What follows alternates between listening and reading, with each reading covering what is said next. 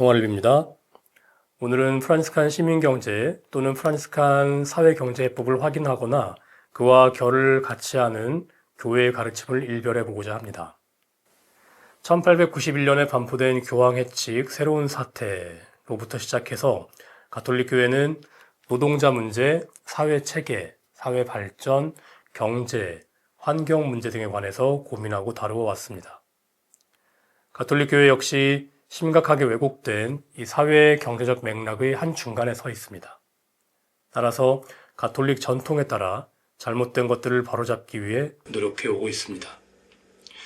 특히 최근 교황 가르침들, 진리 안의 사랑, 복음의 기쁨, 찬미받으소서, 그리고 모든 형제들은 사회경제 문제를 향한 영적이고 실제적인 해법과 관련하여 프란시스칸 전통에 큰 관심을 보입니다. 우선 프란시스칸 사회 참여의 핵심에 있는 무상성과 관련해서 살펴보겠습니다. 교황 베네딕토 16세는 진리 안의 사랑에서 무상성을 형제의 표현이라고 규정합니다. 그리고 이 무상성의 구체적인 실천이 참된 시장경제와 공동체를 건설한다고 다음과 같이 말합니다. 상거래 관계에서 형제의 표현인 무상성의 원칙과 은총의 논리가 통상적인 경제활동에 자리할 수 있고 또 그래야 합니다. 나아가 베네딕토 교황은 무상성 없이는 경제정의도 가능하지 않다고 밝힙니다. 관련하여 베네딕토 교황은 다음과 같이 말합니다. 세계화 시대의 경제활동은 여러 경제 주체들 사이에 정의와 공동선에 대한 책임과 연대의식을 촉진하고 확산시키는 무상성을 고려하지 않을 수 없습니다. 오늘날에는 무상성이 없으면 정의가 실현될 수 없다는 것이 분명해졌습니다. 또한 베네딕토 교황은 이 무상성이 여러 경제 주체들 사이에 정의와 공동선에 대한 책임과 연대의식을 촉진하고 확산한다고 강조합니다. 프란시스코 교황은 찬미받으소서에서 우선 무상성을 지금의 생태위기 해결을 위한 공동체적인 회개라는 맥락 안에 놓습니다. 다음과 같이 말합니다. 이러한 회개에는 여러 가지 태도가 필요한데 먼저 감사와 무상성의 태도가 있습니다. 즉 우리의 회개 과정의 가장 중요한 가치로 무상성을 꼽고 있는 것입니다. 또한 프란시스코 교황은 이 무상성이 참된 형제 공동체를 건설한다고 다음과 같이 확인합니다. 형제에는 대가가 없는 것이어야만 하기에 바로 이렇게 대가를 바라지 않는 것에서 이러한 의미에서 우리는 보편적 형제를 논할 수 있습니다. 라고 말합니다. 회칙 모든 형제들에서도 프란시스코 교황의 무상성에 대한 가르침은 계속 이어집니다. 우선 무상성을 인간 완성의 기본적인 조건으로 묘사합니다. 그래서 다음과 같이 말합니다. 인간 존재는 자기 자신을 아낌없이 내어주지 않으면 살아가고 발전하며 충만에 이를 수 없도록 만들어졌습니다. 여기서 프란시스코 교황이 말하는 아낌없이 내어주는 삶이 바로 무상성의 삶을 의미합니다.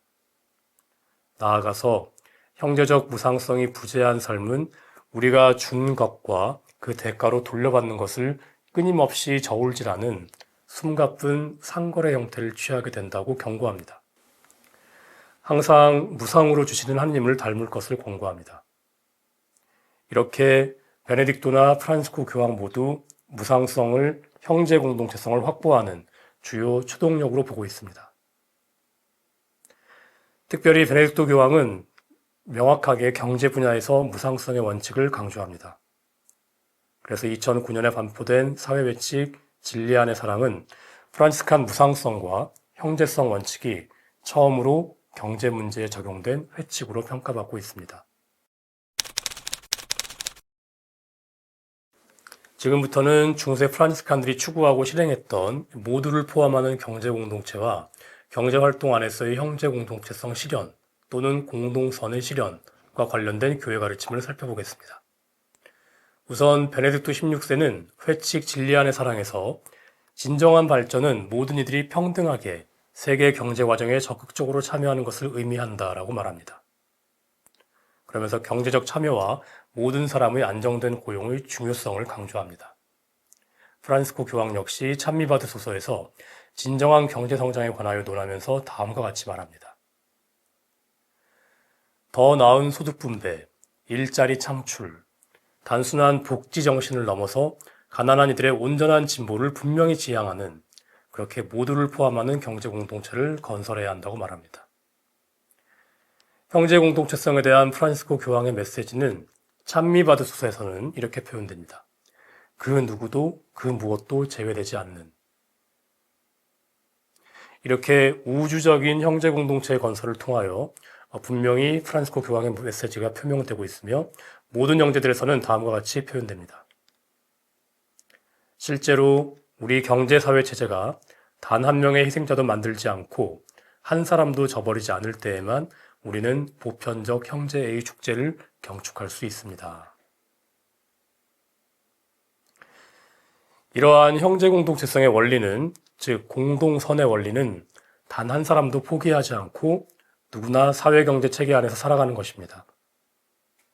따라서 이 원리를 살게 되면 가장 먼저 가난한 사람들, 탈락된 사람들을 향하게 되어 있습니다. 이에 관해서 찬미바드소서는 다음과 같이 말합니다. 공동선의 원리는 곧바로 논리적이고 필연적인 결과로 연대와 가장 가난한 이들을 위한 우선적 선택으로 전환됩니다. 라고 말합니다.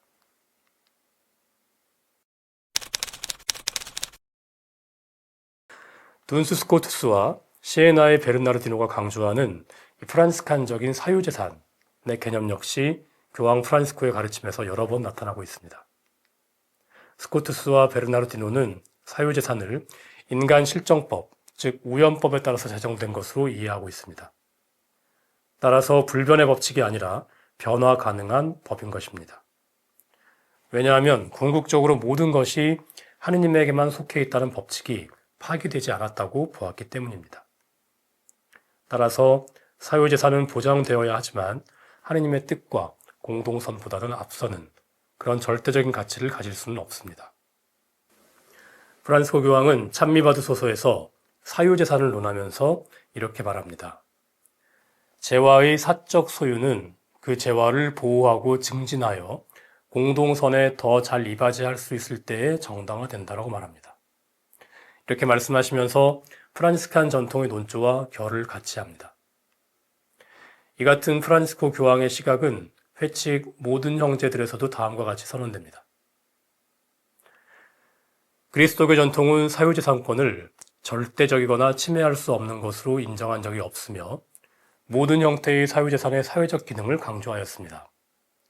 모든 일을 위하여 창출된 재화의 공동사용 원칙은 윤리적, 사회적 질서 전체의 제1원칙입니다.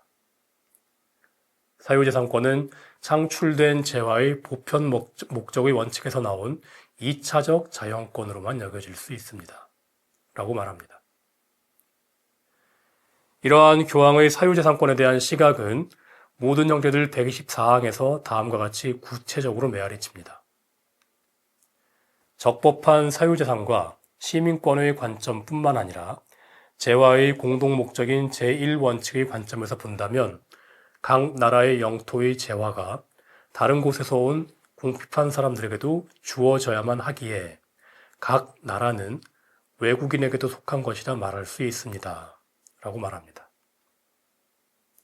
즉, 모든 사유재산은 공동선을 위한 공동사용 원칙이 우선한다는 점을 부자 나라의 재화도 가난한 이들의 것이 될 수 있다는 그런 결을 같이 하는 말씀으로 구체적으로 논하는 것입니다.